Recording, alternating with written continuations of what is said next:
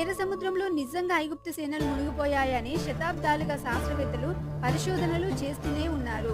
ఆ పరిశోధనల ఫలితమే దేవుడు మనకు మిగిల్చిన ఈ అద్భుతమైన ఆనవాళ్లు. 1987లో డాక్టర్ లెయినర్డ్ ముల్లర్ అనే శాస్త్రవేత్త మరికొంతమంది శాస్త్రవేత్తలతో కలిసి ఎర్ర సముద్రంలో కొన్ని వందల రథచక్రములను కనుగొన్నారు.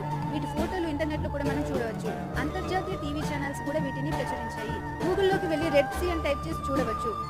ఈజిప్ట్ ప్రభుత్వం వారు సముద్రంలో నుండి ఏ వస్తువును బయటకు తీసుకుని రావద్దని నిబంధనలు అమలు చేస్తున్నారు. అంతేకాకుండా రష్యా శాస్త్రవేత్తలు సెయింట్ పీటర్బర్గ్ మరియు అలెక్స్ ఆండ్రోసా అనే ఇద్దరు శాస్త్రవేత్తలు బైబిల్లో రాయబడిన ఈ విషయం గురించి పరిశోధనలు చేయడానికి ముందుకు వచ్చారు.